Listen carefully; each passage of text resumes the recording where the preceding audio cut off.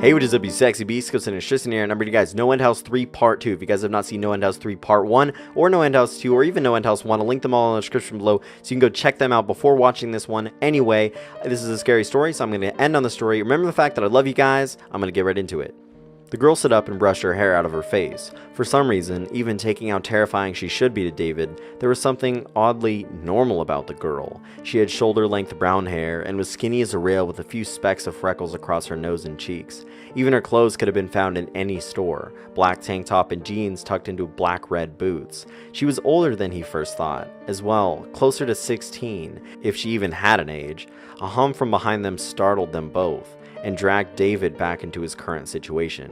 "We have to go," she said, "now," and the girl grabbed his hand and took off. Surprised, David followed and nearly dropped his phone. He tried to hold it up as far as he could to light the way. "No need." The girl raised her hand in front of her as she spoke. "I got it." She mumbled something under her breath, something that couldn't have been English, and a glowing light pulsated in front of them and followed. It was like a spotlight from above was following their movements. The hum from behind was getting louder as they approached the first fork of the tunnel. Without hesitation, the girl veered them over to the right. Clearly, she knew where she was going, and David wasn't about to argue. After a moment, the humming stopped, and they were stood in front of a ladder leading up to the darkness. "Just up here," and the girl began to climb the ladder before them. David snapped back into reality, and he was incredibly confused. "Wait!" The girl stopped mid-climb and looked over her shoulder. "Look, I know this is weird." No, I know what weird is. I've seen weird. Who are you?" "I'll explain soon, okay? We just kinda really need to get out of here, okay?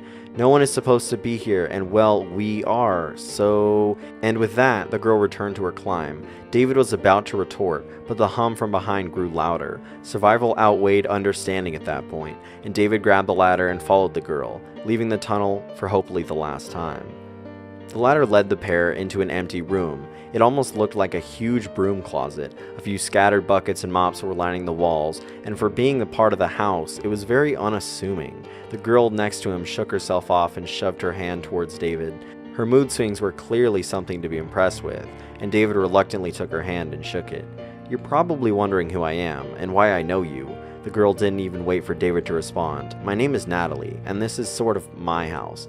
"What are you talking about? How is this your house? This fucking place isn't your house." I know, but you have to understand what happened. It wasn't always like this. What the hell? What was the thing you did with the light down there?" "Yes, I know. This is all part of it. It just relates. Let me explain." Natalie paused and looked at David. He closed his mouth and looked down at her, letting her know she was free to talk without interruption. "This is my house. I know it may seem like hell right now, and you're right, it is. My family kind of dealt with some weird stuff. We moved into this house about 10 years ago, and it was nice. A small, quaint place. Yeah, considering I'm used to living in the city, but it was nice. The problem is, my family, we can do things. Witches, I guess." Natalie kind of laughed at the thought. "Mostly just parlor tricks like the light show you saw in the tunnels, but some of us, like my brother, took it a bit too far. He started to mess with some dark dealings, demons and surroundings and the like. I mean, summoning isn't always bad. I can summon a cat, for instance, which is kind of cute, but the way my brother does is far worse. We would try to tell him to end it, but the power was really getting to him. Peter was never one to listen to reason." "Peter?" The idea was circling David's head, but he wasn't quite ready to accept it. Peter had been his friend for years, he thought. "This one night, 7 years ago, my brother took it too far. Summoning demons for a few minutes here and there wasn't enough for him anymore. He needed more. We would ask him why he was so obsessed with all this, and he would only respond by asking, 'Why not?' What happened over the next few nights? It's kind of hard to talk about it." Even with her blackened out eyes, David could tell this memory really pained the young girl. All of this hell, was because of her brother, his friend. It seemed to David that this girl was just as much of a prisoner as he was.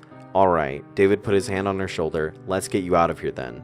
David took a look at his surroundings. His heart jumped slightly as he glanced around. Aside from the hatch in the floor they just entered through, there wasn't any other exit, just smooth cement walls.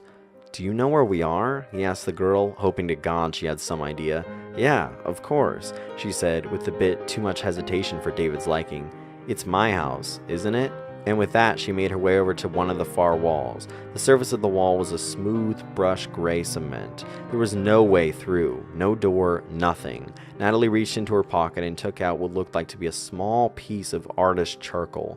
She pressed it to the wall and began to draw a long, swooping line about 3 feet in length. Line after line followed. David watched in awe and admired her work. David had never seen anything like it outside of fantasy movies. It was like a yin-yang mixed with a pentagram mixed with a child's doodle. Natalie placed the charcoal back into her pocket and ran her fingers through her hair. After a moment of silence, she raised her hand and placed her right palm against the symbol, resting 2 fingers against her temple with the other. At first, David thought she was speaking to him, but then realized she was chanting her weird language again.